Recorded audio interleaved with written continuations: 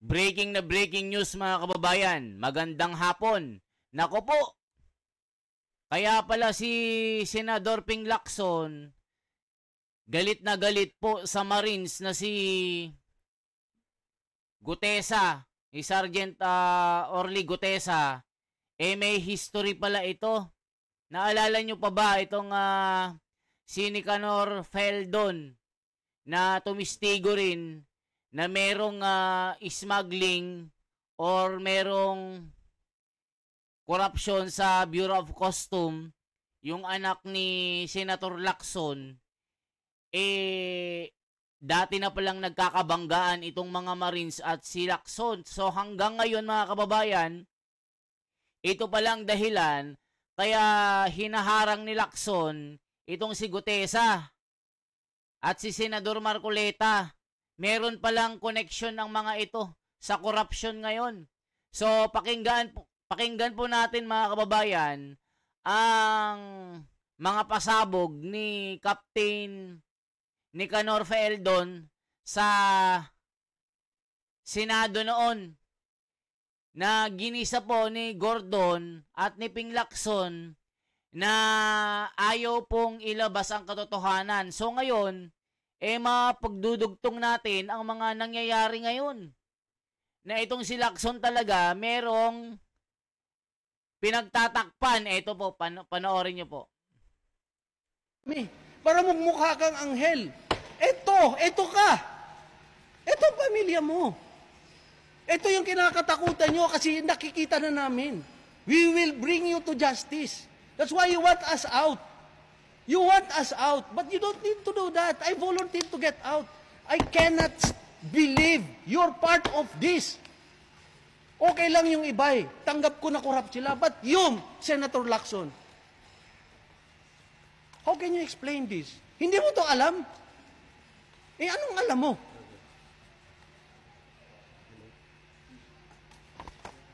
Dati palang nasasangkot sa corruption ito itong si Lacson at Gordon. Tignan nyo po mga kababayan. Naalala nyo pa ba itong Lacson at Gordon? Ayan, muling balikan ang kaso ng anak ni Senator Lacson. Itong anak kasi ni Lacson mga kababayan, sangkot po sa sarit-saring anomalya sa smuggling. So, ito yung mga sinasabi ni Feldon na tila hindi alam ni Lacson, pero alam na pinagtatakpan. Tignan niyo po. Mga kababayan, this is the state of our politics today. Si Senator Trillanes, pinatunayan din niya na matas ambisyon. Tumakbo nga siyang Vice Presidente. Naka 800,000 siya out of 54 million na botante. Ikaw, naka ilan milyon ka nung tumakbo kang Presidente? So, gusto niyo magpasikat Okay lang magpasikat tayo, sir. Pero not at our expense. Please, don't lie to the people para magsumikat ka lang. May pamilya ka, may pamilya rin ako. Anong alam naman ni Trillanes? Puro naman paninira ito sa mga Duterte. O gaya ngayon, yung bagong ombudsman. Imbes na hulihin at habulin yung anomalya ng flood control, ang hinahabol yung SALED ni Sara Duterte. Itong mga Duterte ang hinahabol. Yung bilyon-bilyon na ninakaw ng mga animal ng mga politiko na nasasangkot si Saldico at itong si Martin Romualdez, bilyon-bilyon ang hinakot at allegedly ninakaw, hindi po pinapansin ni Remulla. Kaya ito yung history mga kababayan, Lacson at Gordon. Naalala nyo ba ito? Na itong si Feldon, si Nicanor Captain Feldon ang naging masama. Inilabas po yung corruption sa Bureau of Customs, pero pinagtakpan lamang ni Gordon at Lacson kasi anak ni Lacson ang nasasangkot dito. Naku po. Pamilya yung masinisiraan nyo. My God. You are senator, you are respected.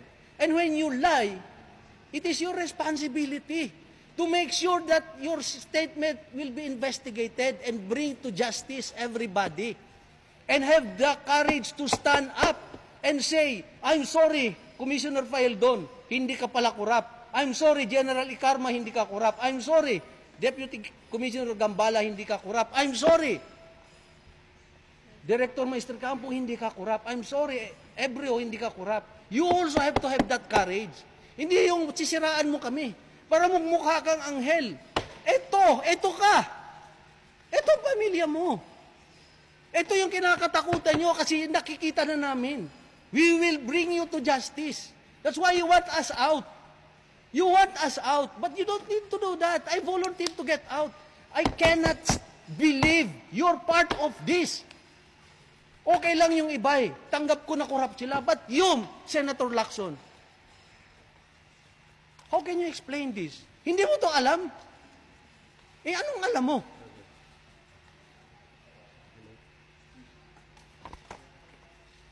Mga kababayan, this is the state of our politics today. Hindi yung sisiraan mo kami para magmukha. O, kita nyo mga kababayan. O, tignan nyo rin yung nangyari kay Captain Gutesa.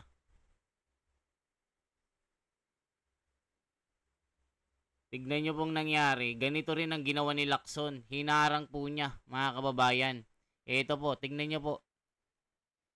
Tignan nyo, background check kay Orly Gutesa, inutos ni Lacson. Senator Lacson, hinimok. Ito po mga kababayan, tignan nyo po. Sir, may iba lang ako, tungkol lang doon sa last hearing ng Huwebes. O, tignan Yun nyo po bang prinisinta ni Senator Rodante Marcoleta na witness, yung Orly Gutesa, na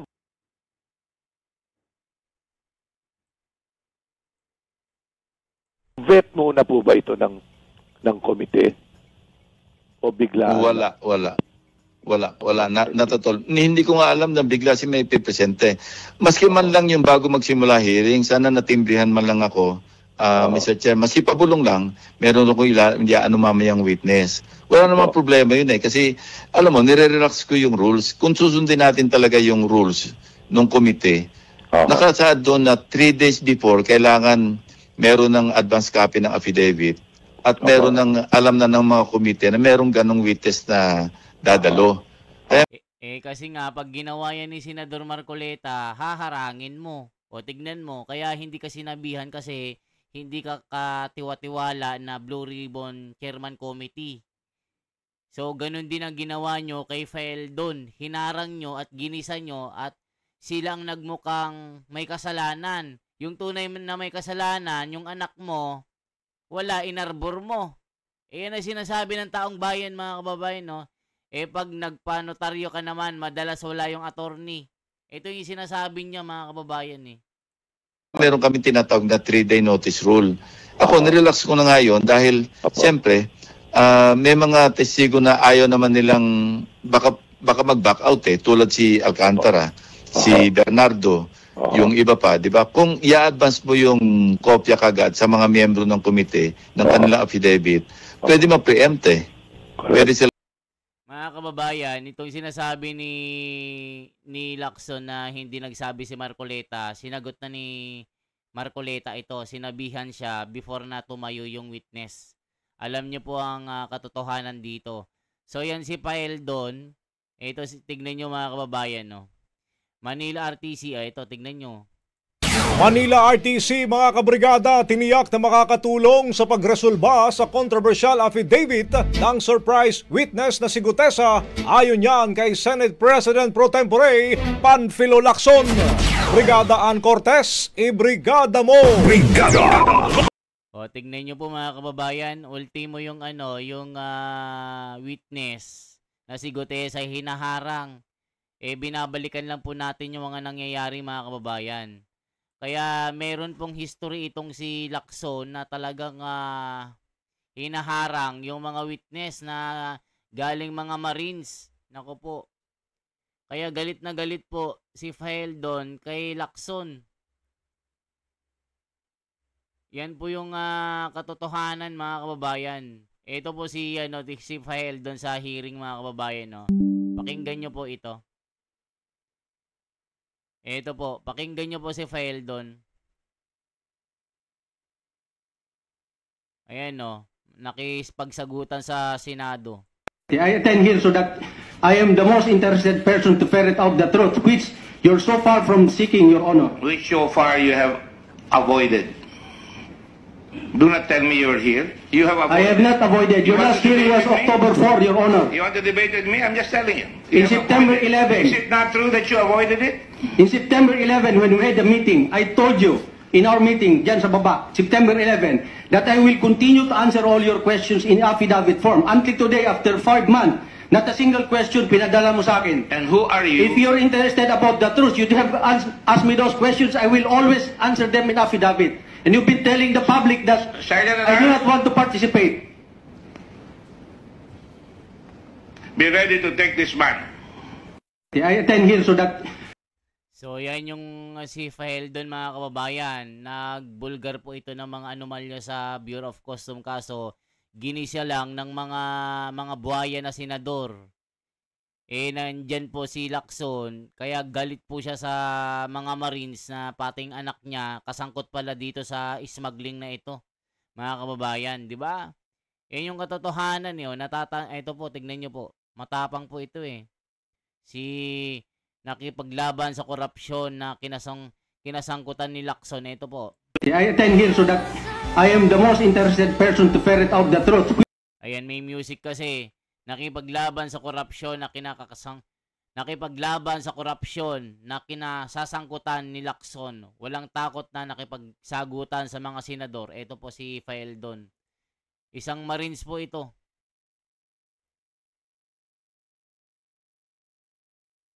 Talagang inano pala nila ito, mga kababayan eh. Ginawa din nilang Sarsuela yung investigation noon. Ito po si Marcoleta. Tignan nyo po ito.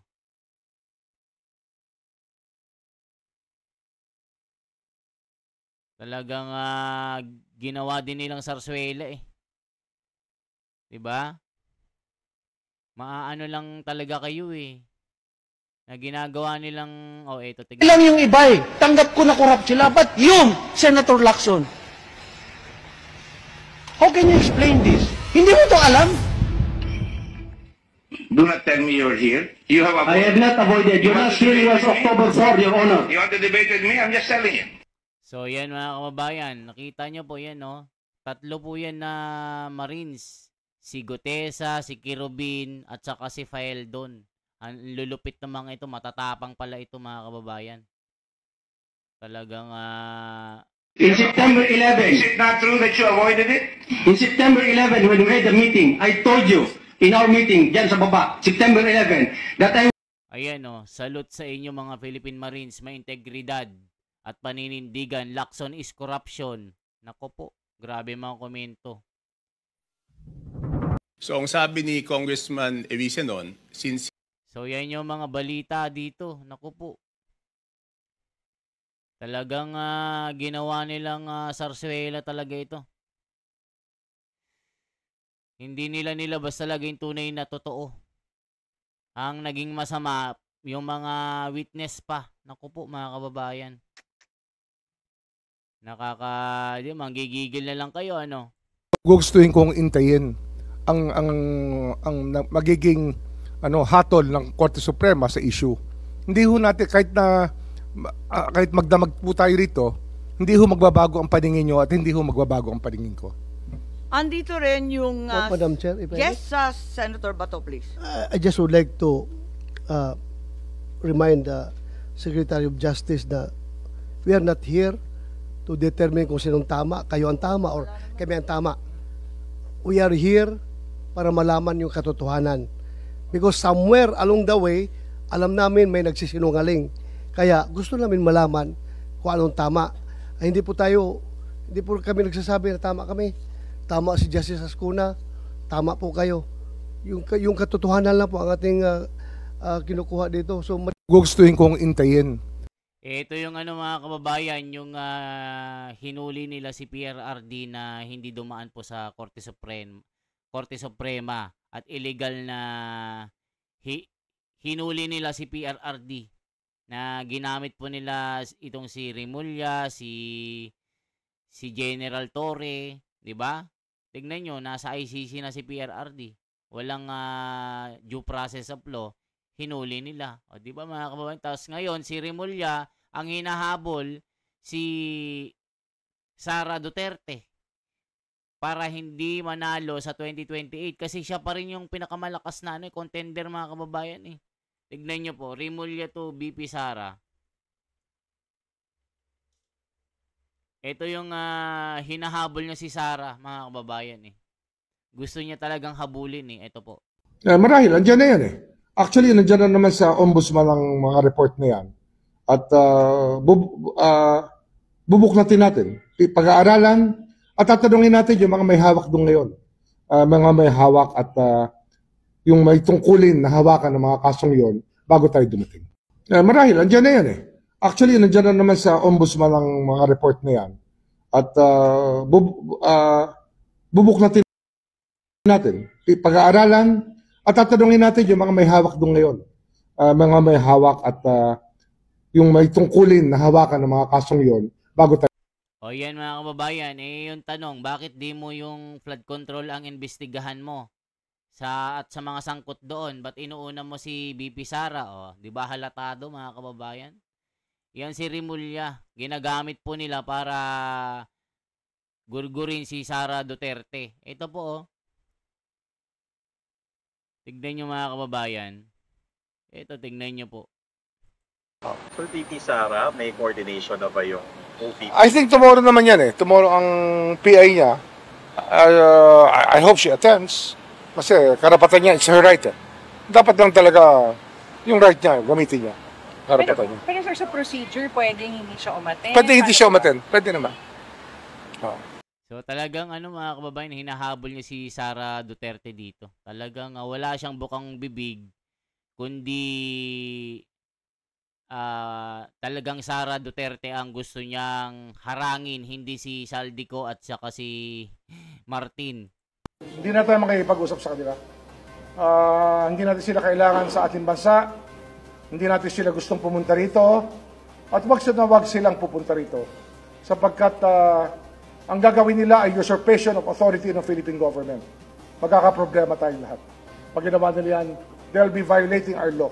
Ang ICC kailangan niya ng mga bansa katulad ng Sudan, Somalia, Haiti, siguro sa ibang lugar sa Afghanistan, sa mga lugar na medyo magulo at walang gobyerno, doon sila pumasok. Tayong organisado ang ating gobyerno na may sistema ng hustisya. Huwag na nila tayo pakialaman. Huwag kayo pupunta sa lugar na maaring ang ICC, makialam. Kasi dito, hindi sila pwede makialam talaga rito. O mga kababayan, nagkalabo-labo yung kanyang mga sinabi na hindi daw pwedeng pumasok yung ICC sa Pilipinas. Pwede raw sa Afghanistan, sa Iraq, yung walang power ang gobyerno. Hindi daw sila pwedeng pumasok sa Pilipinas. Anong ginawa mo? Ikaw mismo ang naglagay kay PRRD sa ICC. Naku mga kababayan, mga sarswela. Makikita nyo talaga So yan po yung kwento dito. Binabalikan lang natin yung mga Marines na galit kay Ping Lacson. Galit din kay Remulla. Naku po. Yari talaga, Remulla hindi alam ang batas. Hindi alam ang batas. Kung ano-ano lang sinasabi mga kababayan Ito. 'Di ba? Yan ang sinasabi natin. Pagka ang ilalagay ay puro puro sarswela, puro bending dalo, wala na.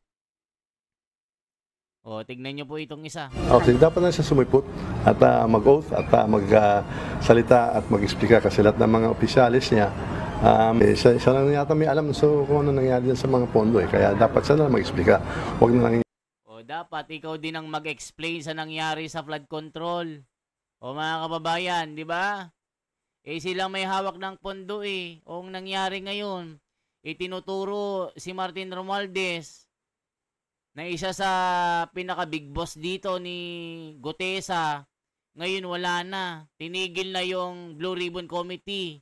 Tinigil na ni Lacson. Tinigil na ni Tito Soto. Ang pumuputok yung SALN ni BP Sara. Naku mga kababayan, kayo nang bahala dito. Wala na talagang hustisya na nangyayari sa Pilipinas. Kasi hawak nga po ng mga buhaya. Pinipilit po nilang pabagsakin si BP Sara dito, mga kababayan. So kayo na pong mag-comment, ano masasabi nyo dito, mga kababayan. Once again, ako si The Wonders Philippines. Isang like, isang share po at isang subscribe. Salamat po.